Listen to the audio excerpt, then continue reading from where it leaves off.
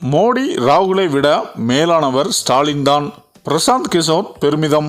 அதாவது பிரபல தேர்தல் வியூக வகுப்பாளராக இருந்த பிரசாந்த் கிஷோர் ஜன் சுராத் என்ற கட்சியை தொடங்குவதாக அறிவித்த நிலையில் புதிய கட்சியை தொடங்கினார்.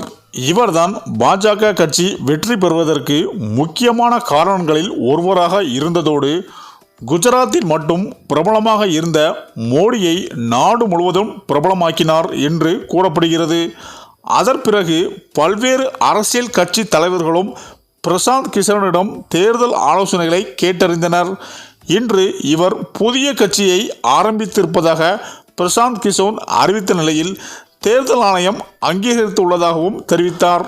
அதன் பிறகு மதுவிலக்கு அமலில் இருப்பதால் பீகாருக்கு நஷ்டம் ஏற்படுகிறது எனவும் இதனால் தான் முதல்வராக பொறுப்பேற்ற பிறகு முதலில் மதுவிலக்கு ரத்து செய்யப்படும் என்று அறிவித்தார். அதன் பிறகு கல்வியை முன்னேற்ற வேண்டும் என்று கூறிய பிரசாந்த் கிஷோர் உங்களுடைய குரல் டெல்லி வரைக்கும் கேட்க வேண்டும் என்றார். அதோடு பீகார் மாணவர்களை தாக்கிய மேற்கு வங்கத்திற்கும் டெல்லி மற்றும் தமிழ்நாட்டிற்கும் கேட்க வேண்டும் எனவும் பீகாரி குழந்தைகள் எங்கெல்லாம் துஷ்பிரயோகம் செய்யப்படுகிறார்களோ தாக்குதலுக்கும் ஆளாகிறார்களோ அங்கெல்லாம் கேட்க வேண்டும் எனவும் கூறினார். மேலும் கட்சி ஆரம்பித்த முதல் நாளில் முதல்வர் ஸ்டாலின் ஆட்சியை பற்றியும் தமிழ்நாட்டின் வளர்ச்சி பற்றியும் மிகவும் பாராட்டி பேசியிருக்கிறார் பிரசாந்த் கிஷோர்.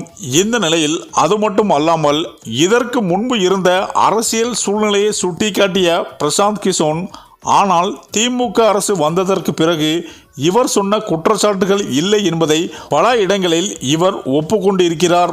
அது மட்டும் அல்லாமல் இவர் கட்சி தொடங்கிய உடனே இந்தியாவிலே மோடி ராகுல் காந்தியை விட ஸ்டாலின் தான் சிறந்த அரசியல்வாதி என்றும் பிரசாந்த் கிஷோர் பேசியுள்ளார் என்பதும் குறிப்பிடத்தக்கது.